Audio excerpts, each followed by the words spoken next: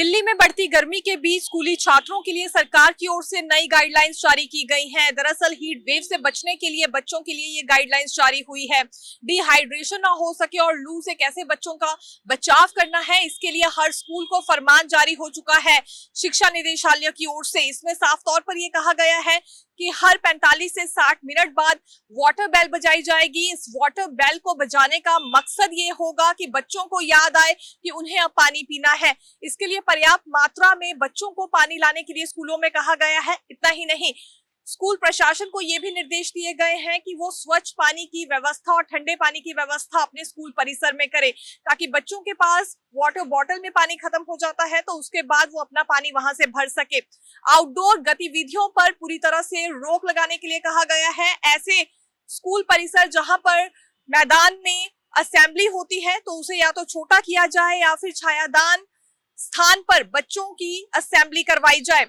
Indoor games पर ज्यादा से ज्यादा फोकस करने के लिए कहा गया है। यहाँ पर पेरेंट्स को भी निर्देश जारी हुए हैं कि हल्के रंग के कपड़े ही बच्चों को पहनाए जाए, जिससे उन्हें ज्यादा गर्मी ना लगे। हाइड्रेट बच्चों की बॉडी रह सके, इसके लिए पानी की व्यवस्था के साथ साथ और कुछ निर्देश भी जारी हुए हैं, जैसे कि खुले आसमान के नीचे कोई भी कक्षा ना लगाई जाए।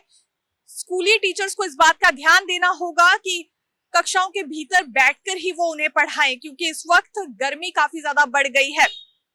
और भी कुछ ऐसे निर्देश जारी हुए हैं जिसमें पूरी तरह से आउटडोर एक्टिविटीज पर रोक लगा दी गई है और ऑनलाइन कक्षाओं का मोड भी अब यहाँ पर जारी हो सकता है यदि इसके बाद तापमान में और ज्यादा बढ़ोतरी होती है। देखिए, दिल्ली की हम बात करें तो यहाँ पर आज के लिए अधिकतम तापमान 40 से 42 डिग्री सेंटीग्रेड के बीच में होने की संभावना है। कल भी इसी रेंज में टेम्परेचर रह सकते हैं और उसमें जैसे मैं बताया पूरे उत्तर पश्चिम भारत में 3 से 4 डिग्री सेंटीग्रेड टेम्परेचर बढ़ रहे हैं, तो दिल्ली में भी इसका असर देखने को मिलेगा। अधिकतम तापमान में वृद्धि हो सकती है। तो कल के बाद से हमारा एक्सपेक्टेशन ये है कि दिल्ली में भी कुछ एक क्षेत्रों में हीट वेव कंडीशंस आ सकती हैं, तो इसके लिए आइसोलेटेड हीट वेव वार्निंग जो है दिल्ली के लिए भी जारी की गई है 22, 23, 24 अप्रैल के लिए। इसके साथ साथ मैं आपको बताना चाहूंगा कि हरियाणा में रात्रि के तापमान भी सामान्य से ज्यादा रह सकते हैं। केवल दिल्ली ही नहीं बल्कि उत्तर प्रदेश और झारखंड में भी लगातार गर्मी का प्रकोप बढ़ता जा रहा है, जिस वजह से उत्तर प्रदेश और झारखंड में स्कूलों का समय तक बदल दिया गया है।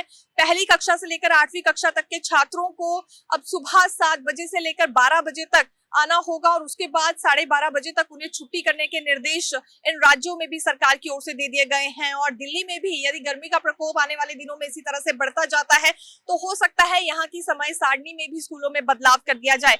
लेकिन फिलहाल हीट वेव को लेकर यही गाइडलाइंस जारी हुई है कि बच्चों को डिहाइड्रेशन ना हो पाए, इसके लिए पानी की व्यवस्था की जाए और असेंबली बाहर ना की जाए, बल्कि स्कूल के हॉल में या फिर छायादार स्थान पर ही होनी चाहिए। और कक्षाओं को लेकर भी यहाँ विशेष ध्यान रखने के लिए कहा गया है। देखते रहिए Navodaya times Punjab Kesari. Camera person Vinod के साथ मैं दीक्षा शर्मा, धन्यवाद।